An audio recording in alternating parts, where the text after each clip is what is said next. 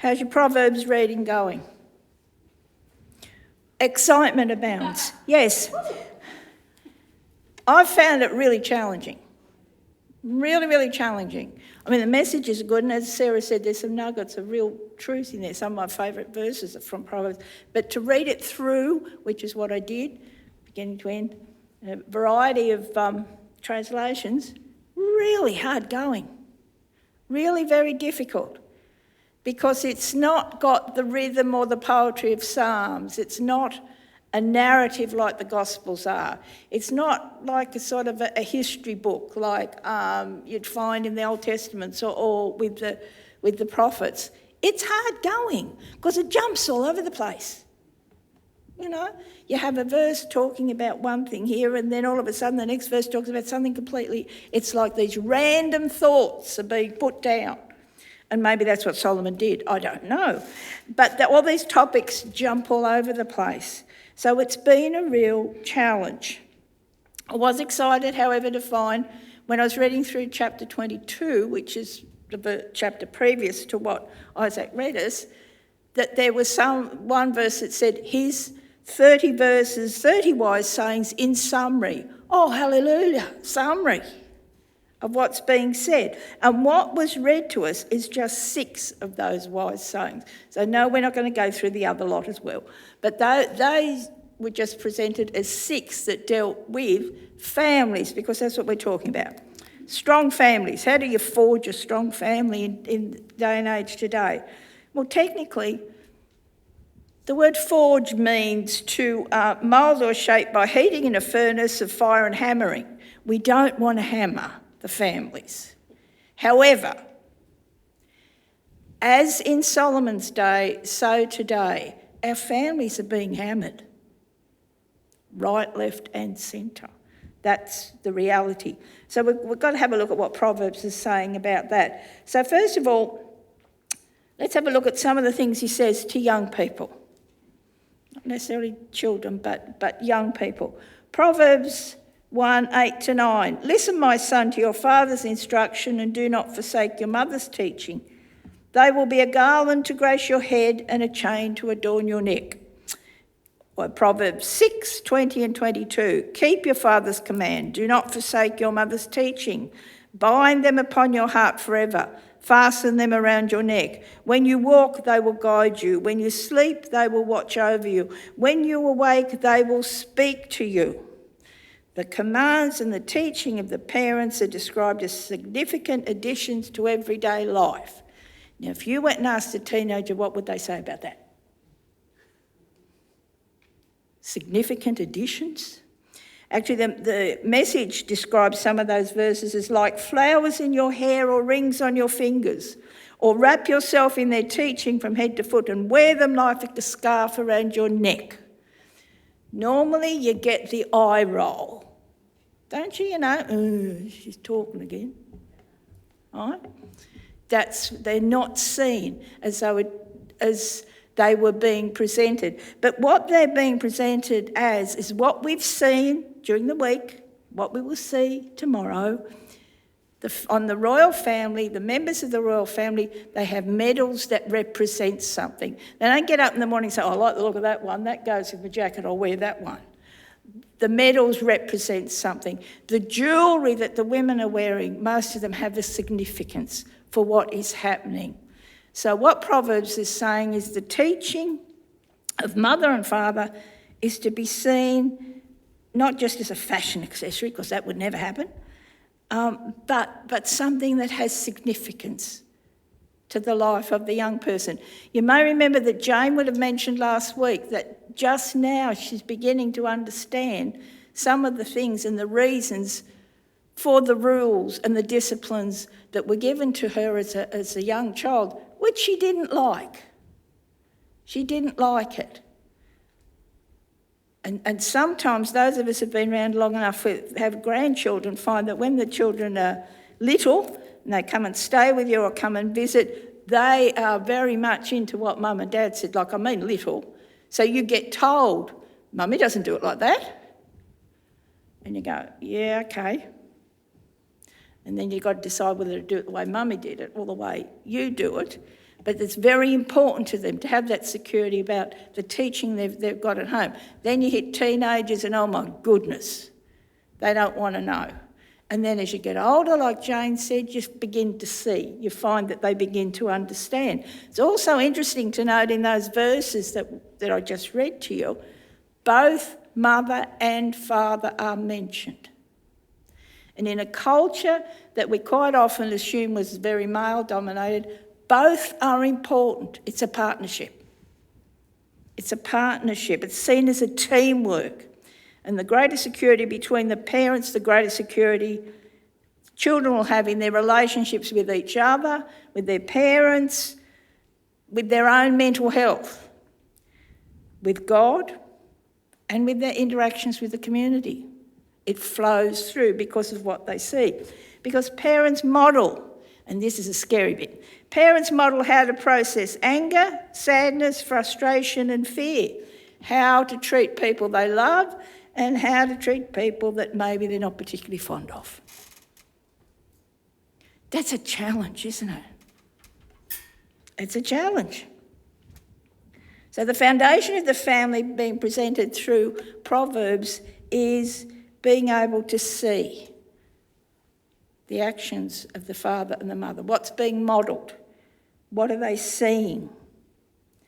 And in our present world, with such a variety of different family units, the structure of different family units, as a church family, we also need to be modelling those same things. Mutual commitment, individual holiness and relational growth. Big words. How we treat one another is what it's saying. Because young people are also watching the way we treat each other as well.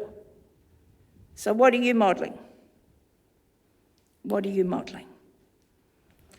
Now also for parents, what does Proverbs say? You want a summary for what it says for children?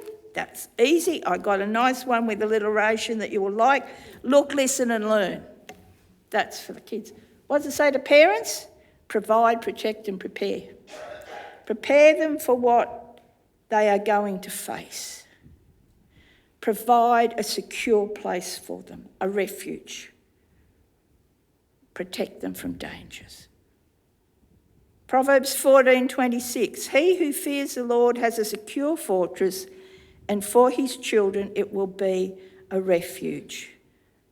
And from the Message, fear of God builds up confidence and makes the world safer for your children. This is aimed straight at the parent. Fear of God meaning to acknowledge the purity and holiness of God, to have the proper reverence for God, proper awe for God, to be aware of his almighty love and power. That's got to be seen at home. It's got to be seen at home. It's not just something you do on Sunday, that's got to be seen at home, within the family unit. And we're not talking just a certain age group here. We're talking right across the board. For our study book, for our life groups, the Warren Wiersbe book on Proverbs, it says this: the world wants to penetrate that fortress of our families and kidnap our children and grandchildren. But godly parents keep the walls strong. The world wants to kidnap our children. And when I looked up the front of that book, I found out that the first edition was printed in 2010. And it would have been a pretty good warning then. But in the decade that's gone by, the fortress has pretty well been breached. Because the world's pretty much in the home. Through iPhones, internet, many devices. How do you keep that out? Yeah, there's ways, but it's difficult, isn't it? It's not so easy to keep the world out there. What happens on television? It's not as easy. So why children need a refuge? Sometimes they need a refuge from us, I think. Children move out into the world, or the world invades the family. They're going to be attacked, insulted, criticised, and undermined from every different direction you can fit. That's the reality. No? That's the reality. So home needs to be a safe place. And the church needs to be a safe place as well. They need to know that they can be themselves. They can be comfortable here, that it's okay. They're not going to be criticised and attacked from every different direction. Because otherwise, what's the point? Many years ago, I remember on a picnic with my family, we were at a call and we're having visitors from a very high-ranking officer. So I was on my best behaviour and got all the food and everything prepared and everything was going well. And the kids were fairly little and we took them for a picnic lunch, barbecue. Barbecue was being done brilliantly. I was getting everything ready. And one of my children was choosing to behave with as much mischief as he could possibly muster. And no matter how quietly and strongly I suggested he stop, he didn't. And at one point I just sat down in complete exasperation and went, oh, whatever. And the lovely, kind gentleman who I've known for a long time looked at me and laughed and said, Anne, but he knows he's loved. He feels free to be himself because he knows he's loved. And I have remembered that for quite a long time as the grandchildren came along, because there needs to be a feeling of security to enable people to be themselves. And that, I find, is a real challenge for us as a church family. They need to know they're loved. We need each other to know we're loved. It's okay to be me. It's okay. And that's a real challenge. I find that that's a real challenge. So other verses from Proverbs 23, which Isaac read. Very bold to have to read these, Isaac. Do not withhold discipline from a child. If you punish them with the rod, they will not die. Punish them with the rod and save them from death. And from Proverbs 13, he who spares the rod hates his son, but he who loves him is careful to discipline him. Yay! I was excited to find out I had to talk about those verses. It's one of the most controversial parenting topics, and as we know, there are some countries completely prohibited corporal punishment. In Australia, smacking is permitted, but there are rules. You can only do it a certain way. Now, this is in no way talking about child abuse or bashing or hammering. It's in no way. It's talking about disciplining. And it's speaking, these verses, they're speaking about the discipline that was acceptable in the culture of the day. But what was it actually saying? Why? Why would that happen? All right, put your hand up. No cameras are around, curtains are pulled across. Put your hand up if you ever use a wooden spoon. Don't look around.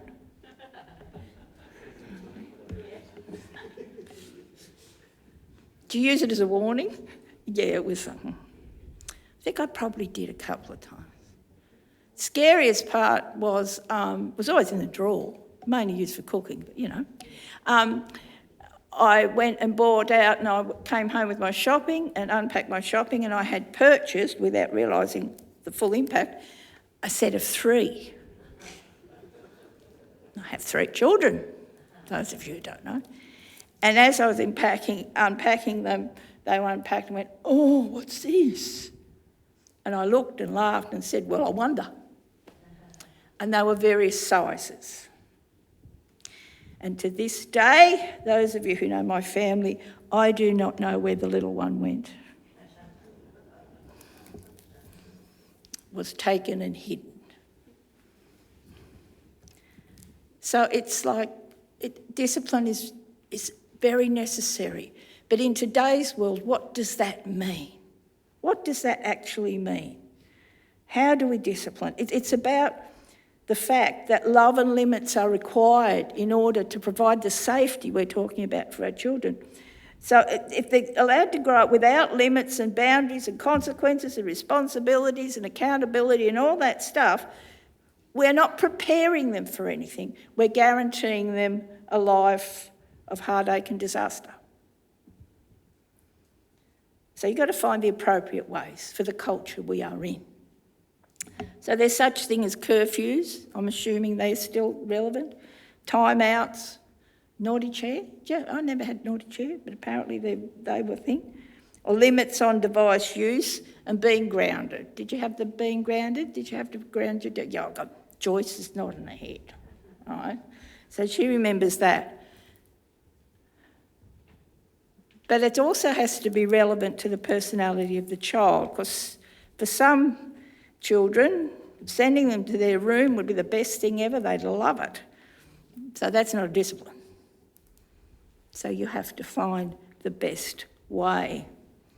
My father, I can remember, had this dreadful habit, but he did own up towards the end. I would say, I want to go out for supper after Sunday night meeting. Can I go for supper? And he'd look at me and he'd go, no. You let me go last week? And I'll go, no. You're tired. No, I'm not. Yes, you're tired. You've had... What I did find out later was I have a scar on my forehead from where I bashed my head on a brick, as you do when you're two, and split it open. And what would happen was when I was really tired, it would go white.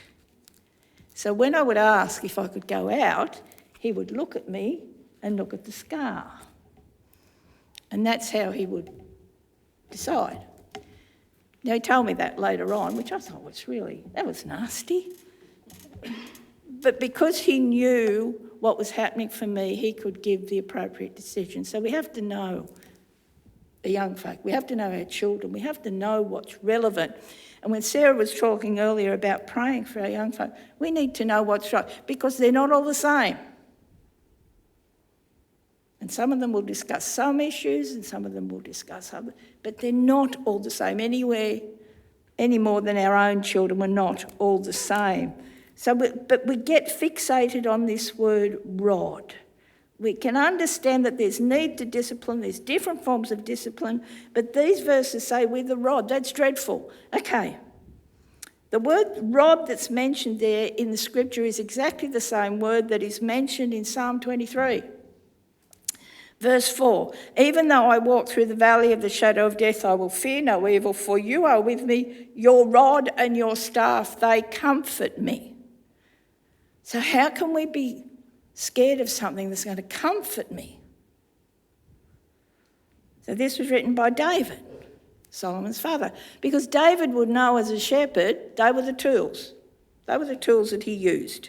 So the rod and the staff were the tools which gave comfort, which gave protection from dangers that were coming in. As a young shepherd, he would have used, and there's stories in the Old Testament where he actually used the rod to kill, I think it was a bear and a lion that came to attack his flock. So it was a very important tool. It provided security. The rod provided security.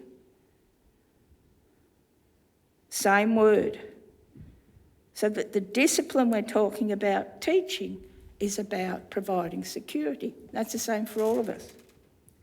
So we're talking about parents providing protection, preparation for life, making them aware of dangers, consequences of actions, and the list goes on. So much of parenting, as you all know, is about balance. The dreaded B word that my children, if they were here, would say, oh, there she goes again. That's her word. Balance between love and limits, encouragement and challenge, counselling and listening. Here's a biggie, between intervening, not interfering, that was a slip, intervening and withdrawing. Sometimes it's better not to say. That's hard. That's hard. No such thing as a perfect family. Families are hard work and cause a lot of heartache. and particularly in our rapidly changing world with shifting values of society, and they all impact our families, our next generations. So what do we do when the world does what was said in that Warren Wiersbe book, kidnap our children and our grandchildren? What do we do when the lure of the dangers becomes too great and the world gets into what we thought was our fortress? What do we do? So Proverbs deals with the dangers that were present in those days. It talks about the eating and the drinking and the mixing with the wrong sort of people. They were still problems then. And it talks about that. What do we do in this day and age? Let's go forward a bit. And in the parable of the prodigal son, Jesus presents to us an imperfect family. An imperfect family. In a situation where both sons cause pain to the father. Both sons cause heartache in different ways. One by his actions because he leaves and goes, and the other who stays, but his attitudes are dreadful. So it's an imperfect family. Some of us can relate to that. An imperfect family. And Luke 15:20, which is Luke 15 is where you'll find the prodigal son, has this verse. While he was still a long way off, while the prodigal son was still a long way off, his father saw him and was filled with compassion for him. Now we know that in that parable, the father represents God who is waiting for prodigals to return to him. But when I looked at this verse, I saw a couple of words that really stood out to me. While he was still a long way off. Both of those sons in the story of the prodigal sons were a long way off. One by distance, one by attitude. Now we all know, I'm prepared to say, we all know in this building right here today, someone either in our immediate family, our extended family, or family of friends whose heart is aching because of someone who is a long way off. And what do? The heartache can be so immense that it starts to affect us. And what do? We know we can come to God with it, but there just seems to be something we feel we want to do. But what happens? Because we can see the danger that some of these people are in. And sometimes they're oblivious to it. And even if we talk to them, we get the rolling eyes or the equivalent thereof. And so the helplessness we feel about that can be quite overwhelming. About a decade ago or so, oh no, kid yourself, Anne, a few more than 1 decade, I was introduced to books by someone called Barbara Johnson, and some of you ladies may have read her books.